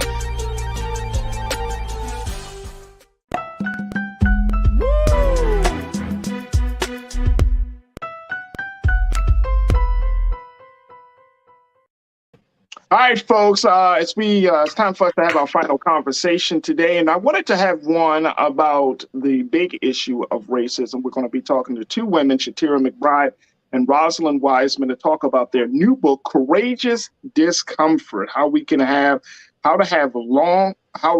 important, life-changing conversations about racism and why it's important in this day and time, especially that we get out of our comfort zones. And trust and believe, folks, once we get out of our comfort zone, which is what I think is one of the key goals of this platform, once we get out of the comfort zone, then we can honestly move forward. We can have the progress that we are all seeking to make. All right, I want to bring in our sisters, Shatira McBride, Rosalind Wiseman. Shatira, Rosalind, thank you so much for joining us today. We truly appreciate it. Thank you so much for having us. Absolutely, absolutely. All right, first and foremost, ladies, let's talk about this book it's about courageous discomfort. Man, here's the copy of the book. Take a look at this, folks. First and foremost, Shatira, when does this book drop? Is it already out or what? It's out. Yes, thank you for having us. And it dropped September 27th. So this week, Tuesday. Awesome. Yes. Awesome. Well, congratulations to both of you ladies for having this book. Now, Rosalind, talk to us. What was the inspiration behind, even writing a book about courageous discomfort? Well, Shatira and I have been educators and experts in social emotional learning and having difficult conversations for a long time. As educators, we've worked together for many, many years. And then we've worked apart, but supported each other. And we go to communities that all over the country. And there's this sense that we can't talk to each other anymore and that there's no point. And we both really believe that belief is stopping us from making progress. And it also feeds into people who want to take that belief and further divide us and for their own political and financial gain. And so we know that we can do better, and we wanted to be a part of that. So in our efforts to be better, there has to be some ground rules, I would think, to even have these conversations, right, Shatira? Like because when you have conversations about race in modern day America, that can go left like real quick. So what are some of the things that you ladies had to think about as serving as some of the ground rules for having a conversation of this magnitude? Yeah, well, Rosalind and I have known each other since way back in the day, since it's 1998. And y'all were like friends. Y'all like friends. Friends. That's exactly how we say it. That's exactly how we say it. We're friends. Exactly. And so I think part of our friendship is that, especially the summer of 2020 was crazy for everybody. And watching someone lose their life, and I have not watched the video of George Floyd. I can't.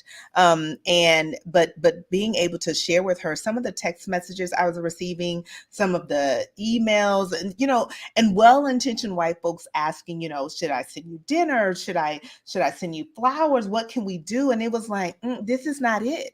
And so being able to be honest with Ross, because we have history, we've known each other for so long, and saying to her, this is the stuff that people are sending me, and I'm shaking my head. And I really see that people want to be allies, or they want to be, and we're moving from being an ally to they want to be advocates in ending systemic racism. They don't know how. They don't know where to begin.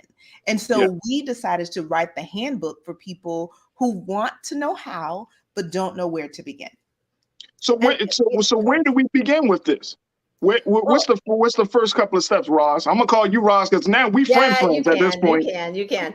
Well, I also want to say there were so many books that came out, around this, 2020, and when we were getting ready to start, this book, and there was some amount from people in the industry of like, well, that's been done. There's just too many books out there, all that stuff, and what we of course knew is that this issue was not going away. And we knew, unfortunately, that there would be a quietness after the initial, oh, I care so much. And we also knew that our specialty of being able to give very concrete advice about how you have conversations with people was the missing ingredient, which gets me to answering your question, which is, we do not think that it is coddling people or white people or anybody to prepare them for a conversation.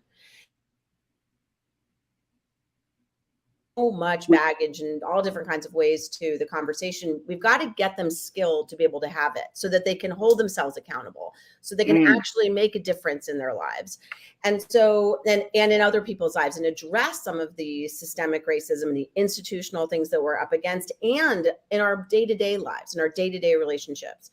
So one of the goals that we have is for people to read this book and to take something from here, something seemingly small, which is to be able to stay present with somebody in your family who seems to deliberately want to say, you are wrong, you are naive, you don't get this, all of those things, and be able to have to move the relationship in a way that repair is possible, but that dignity is not negotiable for anyone. And Shantara, should I talk respect, or you want to do respect? Well, I mean, I can do respect because I think, growing up in a Black household, we know who to respect. We know we're supposed to respect our elders. We're supposed to respect that auntie that says something that, you just look at her with the sideway, the side eye, that uncle that says something, and people make excuses for what they say or their behavior because they're older. And there is a difference in respect and dignity. And I think a lot of times when we talk about respect, it's really something that is earned. And for our families, it's elderly. They've earned the right to say whatever they want.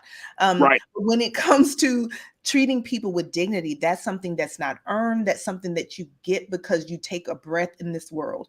And when we look at systemic racism and inequalities and injustice in our country, we are talking about people, Black people, Indigenous people, people of color, not being treated with dignity.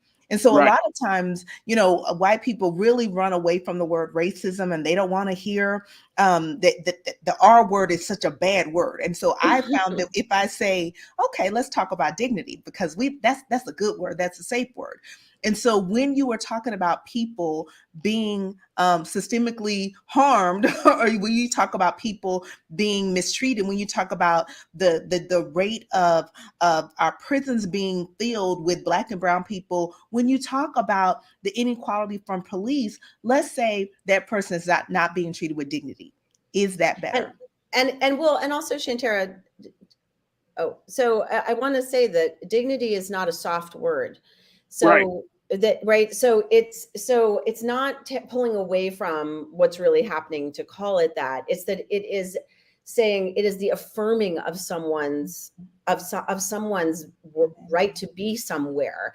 And so we find it to be like a stronger, more powerful in some ways, to be able to say what we are about is that people's dignity is being taken away. It is being stripped away. And the word respect in our culture is often actually used as a way to talk about power imbalance. And there's people who take advantage of the positions of respect that they hold to not treat people with dignity, because we feel like we can't disrespect the position, no matter who the person is in that position, especially when they are abusing power.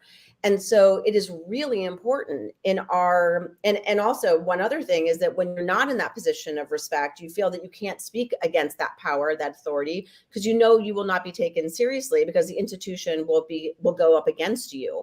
So again, it's not about, we want to use the word respect powerfully. We want to use it for what it actually means. And we want to separate dignity from respect, because we are finding that when we talk dignity to people, Respect does need to be earned, but dignity is a given. And you can't argue the point of dignity is not negotiable. And so for this book, we are really, and for all of our work, we are focused on, we want people's experiences to be seen and valued and acknowledged. And when we do that, we can get to a better place. So Roz, and I'm hearing from both you and Shantara, like I'm hearing a lot of great things, and I feel like part of the conversation about racism, well, two things. One is we can't have a conversation about racism until we are ready to open and acknowledge truth, right? That when we look at what has happened in this country to Black people, to Latinos, and to marginalized communities by white people, you know, that part of the conversation goes all the way out the window. I see some of my online culture crew members saying, we automatically jump to love and acceptance. We automatically jump to the fact that, we're all human beings, right? And it's like, okay, I get all that. I get that. Okay. Yeah. But let's deal with the present moment. Yes. Where institutional racism exists, where Black people are suffering as a result of policy, as a result of hatred from white supremacists and all of those things. Let's be honest about what's happening in this moment before we get to the humanity part, because there seems to be a lack of concern about Black humanity in this country.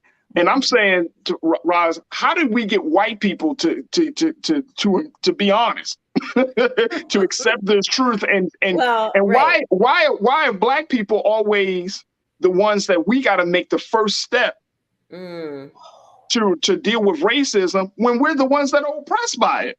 Right. Well, and also, how is it like I can hear this and not fall down because I'm so offended or so like, I can't take it, right? Right? Like, I can't do this, right? I mean, so there's so much in what you're saying, I'll start, Shantara. And one of the things I want to be clear about, you know, Shantara and I both have a lot of experience working with teenagers who keep us sharp, keep us, you know, they're so cynical, and I still have a lot of cynicism. And I really hear about the thing of, you know, we're talking about humanity, and does that, you know, that seems, and what I'm hearing, maybe I'm wrong, is that it's like it's too soft, or dignity in some ways does not give the gravitas, and maybe I'm wrong as I'm hearing this, but doesn't give the gravitas of the pain that has been inflicted in Black and brown communities for so long, since the beginning of this country's, this current political system, right, and of the last 400 years. And so so I want to be very clear that our principle of dignity guiding our thoughts and our actions is the beginning. That guides us. And then we go to tactics. And so when, for example, so I'll get like real, you know, in the weeds here, which is that so a lot of white people, well-meaning, like Shantara talked about earlier, have a person in their family who just waits for Thanksgiving every year so they can come up with their research and their links and all their, you know, facts about why racism doesn't exist and systemic racism doesn't exist, and completely, you know, doesn't want to hear all of the things that you just correctly said. And the white person who's the ally, the well-intentioned ally, gets really caught up, sits at that Thanksgiving table, gets more and more angry, sits on it, doesn't really know what to do. The family dynamics are happening, you know, goodness knows all the different family dynamics that we all have. And, you know, then at some point just explodes. And then they explode, and then they are seen as being dramatic or being naive or being all of this stuff. And then the family dynamics sort of fold onto it. And then it's sort of racism as a way of using a tool to exploit the power dynamics in the family. Let me interrupt real quick, Roz. Yeah, go ahead. And I think this is an interesting point.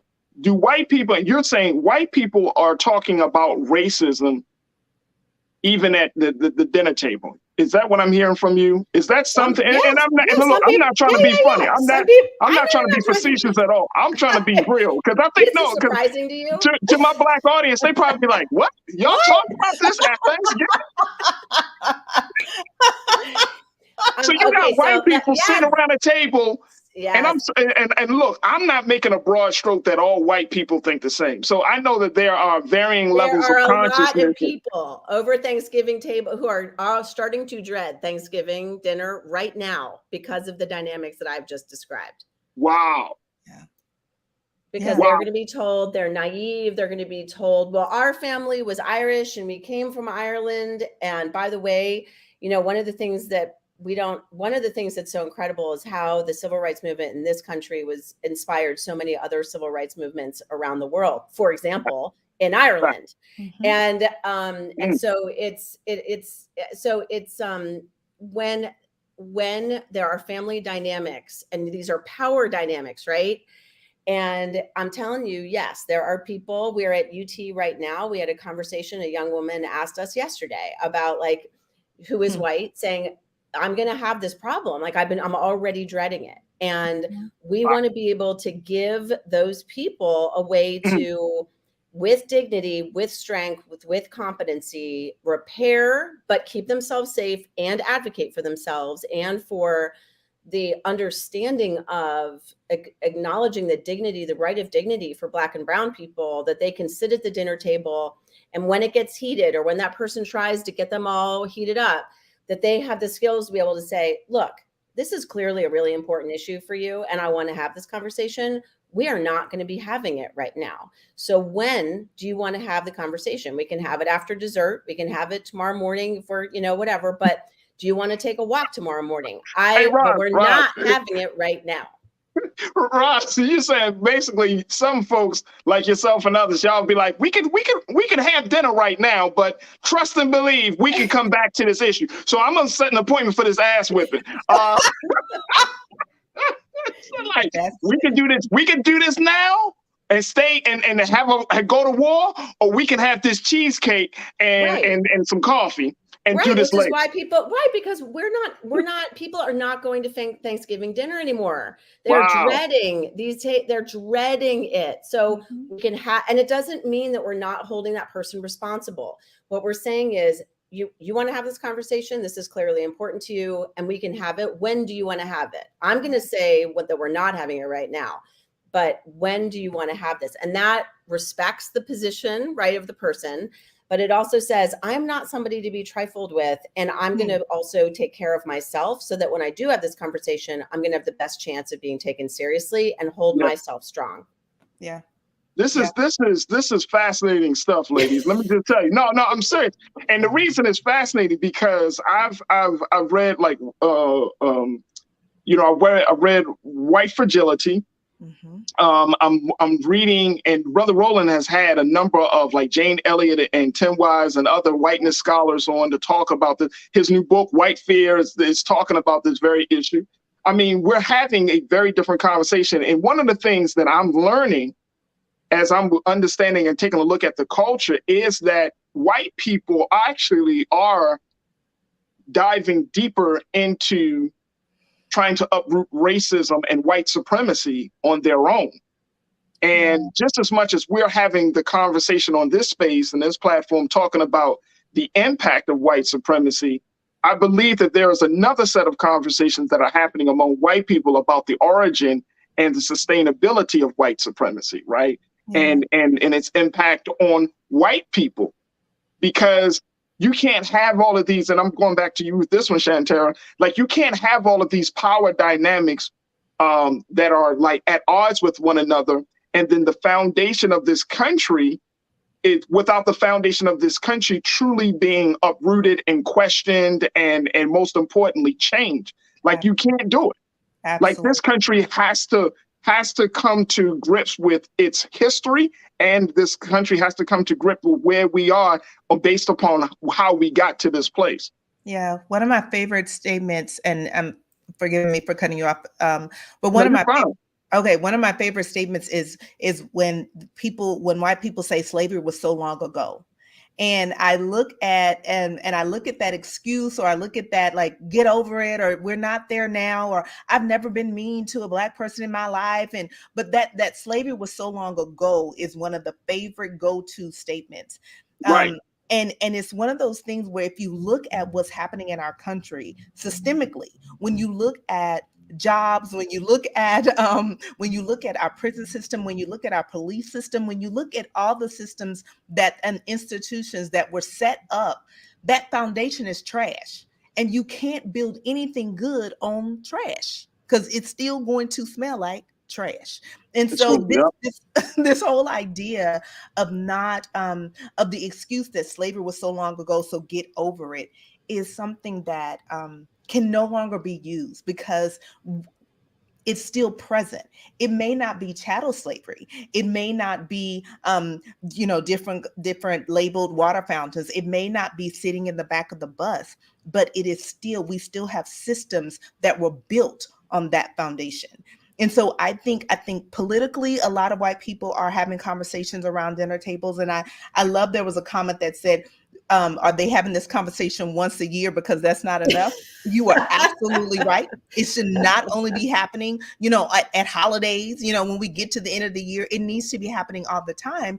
But I think a lot of it starts with politics. I think for a lot of people looking at social media and look at what people are posting, and then they come, whether it's a holiday dinner, whether it's a family birthday party, whatever it is, they come ready with their ammunition to prove that this person is wrong. And so there are a lot of people, we can look at history. We've always had allies. We had people, who didn't look like Dr. King march with Dr. King. And then after Brother Malcolm went to Mecca, he realized, wait a minute, there are people who don't look like me who I can call brother and sister. So we've always had allies in the movement, in the fight for equality. And so this isn't anything new, but I agree with you. I think that it is something that white people need to really understand, that they have to be a part of these conversations, and they have to have the hard conversations starting with themselves and in their family. So the goal, just one real quick thing which is that the reason that people aren't talking to each other in answer to that question is because Thanksgiving is one of the few times when families are getting together. And because so many people have stopped connecting with each other because of social media, and they've defriended their, who they perceive to be racist or whatever on social media. So the people aren't actually talking to each other the way they used to. So my hope is that at this Thanksgiving, that there will be one, and that these moments when we actually have to get together, that it will be that this book somehow does contribute to people taking one way of having a conversation with somebody that they have stopped being in connection with. And then after that, then they will be more in connection with each other. But people aren't talking to each other except for Thanksgiving. So that's the concrete goal, Thanksgiving. And then we followed up with actually talking. You know what? I think it's a great point. I mean, especially now in this time of year, we go out to, embark upon the holiday season. And so a lot of our families are going to get together. And so it's good to know, Roz, that this is happening. And then Shantara, is also good to know that that there is a guide on this. And I'm wondering, ladies, as we wrap up this part of the discussion, I'm wondering, when we talk about the politics of this thing, and I think the politics has made the conversation around race in this country so muddy, and that we all need to be kind of cleansed from that. But when you're talking about the time, the place, who to have these conversations with, how is that determined? Because we're talking about from everything. Yes, we could talk about race from a historical perspective. When you got CRT that is happening in schools, when you have what we saw with January the 6th, when you're talking about the role of white supremacist ideology in politics, when you're talking about all of these other things, how do we determine the best time, place, and who to have these conversations with? Because I know that there's a growing and new consciousness about race that is emerging in this country, but we need to figure out how to unite all of these efforts, because we need to go up against a larger force of old history and white supremacy. So, can I? So, Roz, you can take that. I have to say, I mean, I've been working in parenting for a real long time, and getting parents to talk to another parent when there's a problem between kids is hard enough. And what's happened, which is really frustrating, is that Yes, the conversations are happening, but parents have been so, we hear the extremes of the parent who just goes off all the time. But then there's obviously a whole group of people on all different kinds of issues. But basically, when dignity is being taken away from somebody, who don't say anything because they're too scared, and they're like, oh, I'm not a conflict person, or it's like, you can't change anybody. You can only change yourself. Like all these things that we do to rationalize actually not doing the work.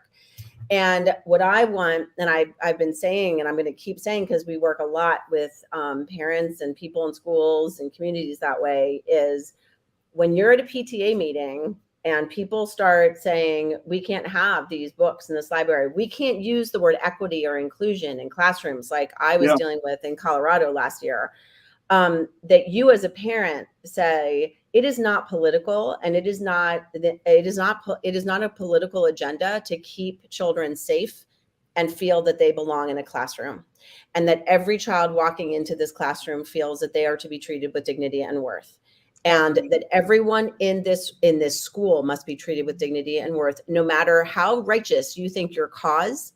That cause does not give you the right or the excuse to go after people and strip them of their dignity. It doesn't give you the right to take away the voice of young people and take away how important it is to listen to young people about their experience in school. And Shantara and I, just before we got on with you, were with a group of postgraduate students. And Shantara said, and I 100% agree, is that we've been in education for so long. We have never, ever had the experience of a white child saying to us that they felt guilty after hearing about the presence and reality and truth of race and racism in this country. Never have either of us had that experience. Ever. Wow. Yeah. Wow. CRT isn't real. It isn't real. It's a political way to get white children comfortable in white schools. It has nothing to do with guilt. It has nothing to do with shame, because if you're doing the work authentically, if you're doing the work, and when I speak of the work, I mean of ending racism, of being anti-racist, then you shouldn't lead with shame. And so I shouldn't have to create, false truths, that I shouldn't have to create this fear, this narrative. But we know that the billions of dollars are made off of fear. Yeah. And that, right? So if it's a way that I could scare you in thinking that your child is going to feel ashamed and feel uncomfortable in class, then we need to be afraid of that, and we need to stop it. When you lead with truth, and when you are authentic, and when, as any educator will tell you, I have no interest in shaming a student.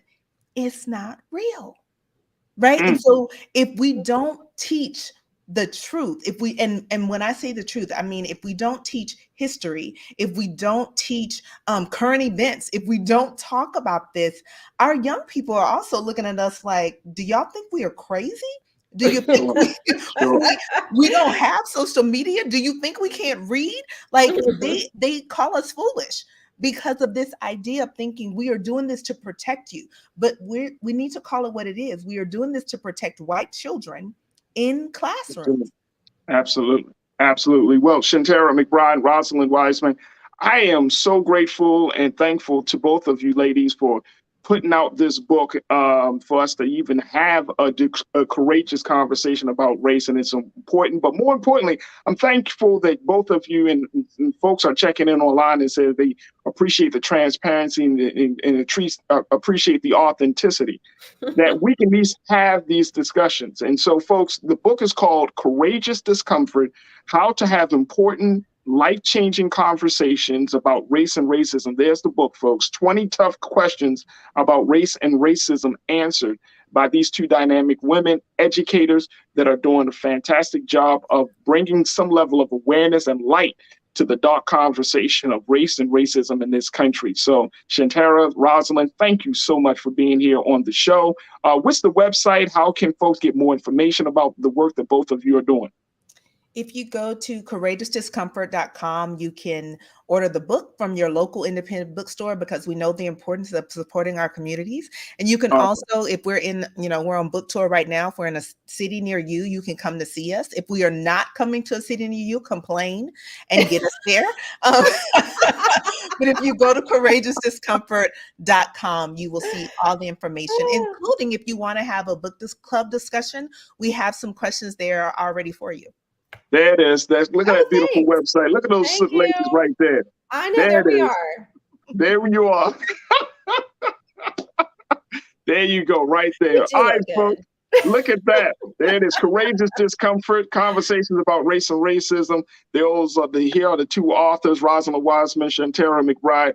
Ladies, I got to have you ladies back on, but I appreciate you so much for joining us here today on The Culture on the Black Star Network. We truly, truly thank you and appreciate you. Keep up the great work, ladies. So much. Thank you. Absolutely. All right, folks, that's going to do it for us. Man, oh man, what a great conversation and what a great show we had today. I appreciate each and every one of you for tuning in. Make sure y'all continue to support us here at the Black Star Network, right on our website at blackstarnetwork.com, blackstarnetwork.com, and support us like never before. Also, make sure y'all hit me up on my social media at The Real Farajii on IG, Farajii at Twitter, and Farajii Muhammad on Facebook. Let's continue to have the conversations. Look, get the books. Let's continue to have the discussions. I'm just very, very excited. Big shout out to my online culture crew. Y'all keep doing it each and every day. I see you. I appreciate you. I love you. I thank you so, so much for just guiding the conversation. So many of you, you don't know how important your voice means to me personally. So when I hear y'all, when I see y'all checking in, when I hear you, we may not be able to get to all of the comments and the posts, but trust and believe I'm reading it. And I love the way that we're moving. I love the way that we're thinking. So keep up the great work and supporting what we're doing here on The Culture. All right, folks, stay tuned. Up next is Roland Martin Unfiltered, the big bro. He got his show, RMU, 6 o'clock Eastern Standard Time. Big shout out to my team. I want to thank Joel and Shannon. I want to thank Ariel. And we got Ariel, and I thank my man King Keenan.